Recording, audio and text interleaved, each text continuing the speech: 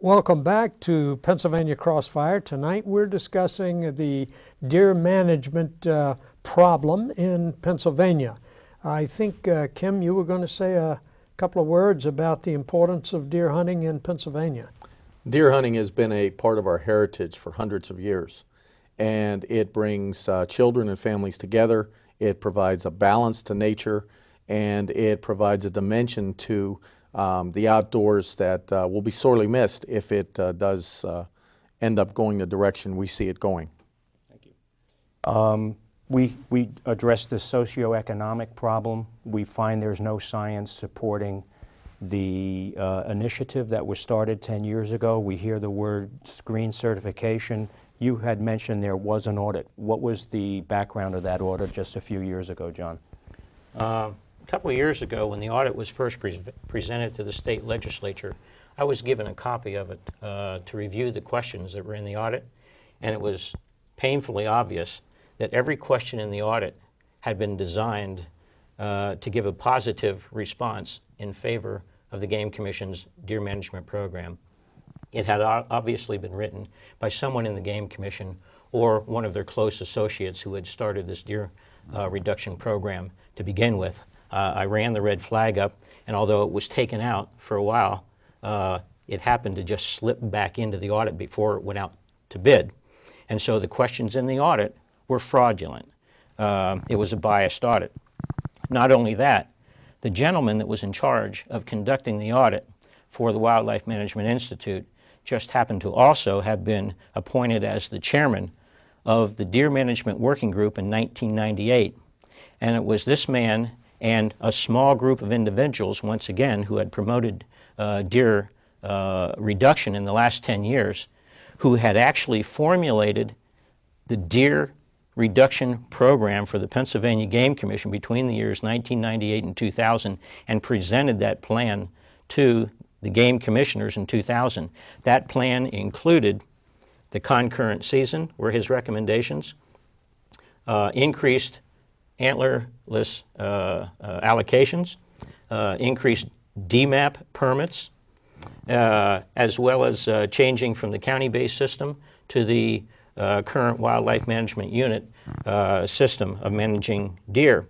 So what we had was the man who had actually created the deer management program was placed in charge of auditing. Sort of like the fox watching the chicken house a little bit, huh? To say that it was a conflict of interest would be polite. Okay. Where was the legislators or legislature with the audit process? How does the state government get to review and pass judgment on this trend that was going completely 180 degrees in the wrong direction? Well, there were flags that came up all along the way, and the state legislature knew that there was a problem.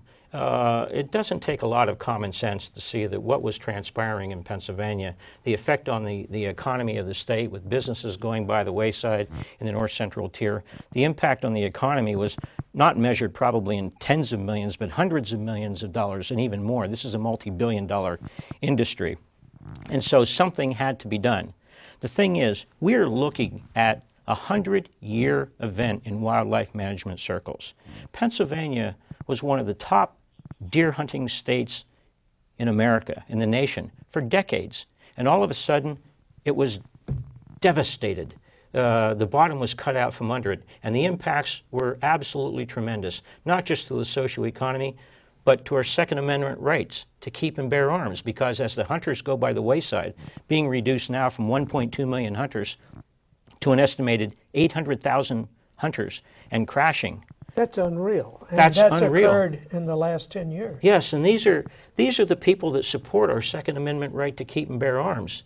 So there's much more behind this than really meets the eye. This is a very serious problem. You know, I think the viewers need to understand that this is about a lot more than just hunting.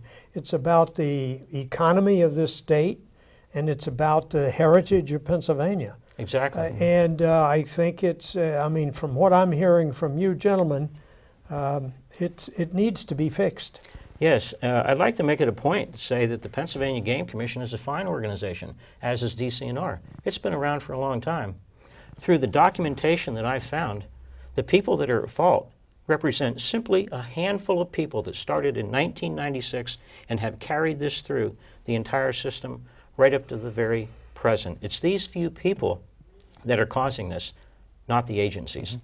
Kim, the Allegheny County Sportsman's League has a tremendous resource for information about this on your website, as well as presentations that John has given that are more informational. Could you address that for the audience? Yes, we do. Our website's www.acslpa.org. And you can find all of the substantiating documentation there. You can balance your comments to legislators there. You can find contact information, videos related to what John has presented in a more in-depth way. They're also on YouTube under Deer or Mismanagement in Pennsylvania. But in a sense, to put it in outdoors enthusiast terms or hunters terms, this dog don't hunt and this bird won't fly, and everybody watching this show needs to know why. And I think we've led into some of the reasons. But everybody in this state, we've seen in the elections, you have an enormous amount of power. And if you just turn out and contact legislators, the legislators in the House and the Senate Game and Fish Committees, the information's up there, phone numbers, emails, everything. And tell them why they need to go back to the old plan and take a look at this. Look at the solutions that we have on our website.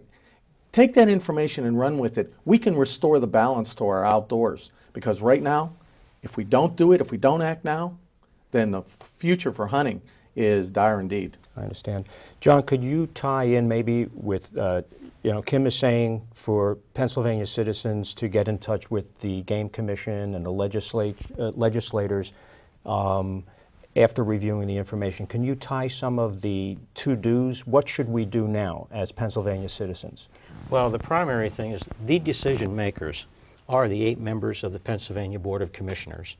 And on the website it lists the contact information for those 8 Board of Commissioners. They have been told this information. They know what is going on, and they are poised to act in the best interest of sportsmen. These are good men. I think what they need is encouragement from us at this point. There is so much at stake. Would you say that we should ask our legislators to talk to the Game Commission board? Yes. Yes. And urge them to go back to the original rules for Yes. hunting in Pennsylvania? Yes. Again, when you're looking at a 100-year event, something that is of this magnitude, it becomes very difficult to make the decision to address it the way it needs to be addressed. Thanks, John. And Jack, thank you. And Kim, Thank you. That's all the time we have tonight. Appreciate the viewers watching. Please be sure to tune in next week for another edition of Pennsylvania Crossfire.